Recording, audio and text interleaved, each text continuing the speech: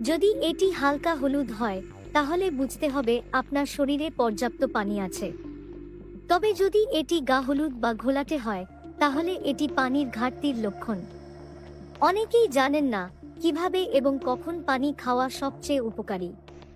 চলুন আমরা এই বিষয়ে কয়েকটি গুরুত্বপূর্ণ নিয়ম জেনে নিই। প্রথমত, সকালে ঘুম থেকে উঠে পানি পান করুন। সকাল হলো শরীরের জন্য সবচেয়ে গুরুত্বপূর্ণ সময়।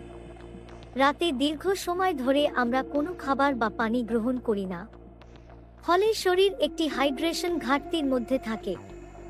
সকালে খালি পেটে 1 থেকে 2 গ্লাস পানি পান করলে শরীরের ভেতরের বিষাক্ত পদার্থ বের হয়ে যায়।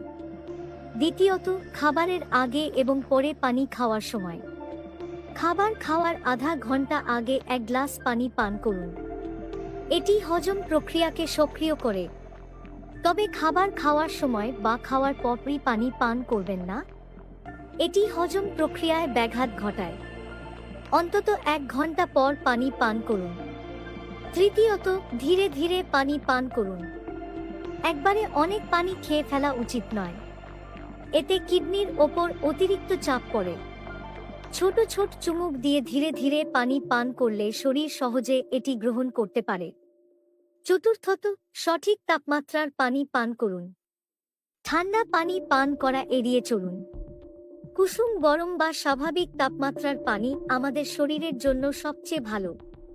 পঞ্চমত, ব্যায়ামের পর বা ঘাম ঝরার পর পানি পান করুন। যখন আমরা ব্যায়াম করি বা অনেক ঘাম ঝরাই তখন শরীর থেকে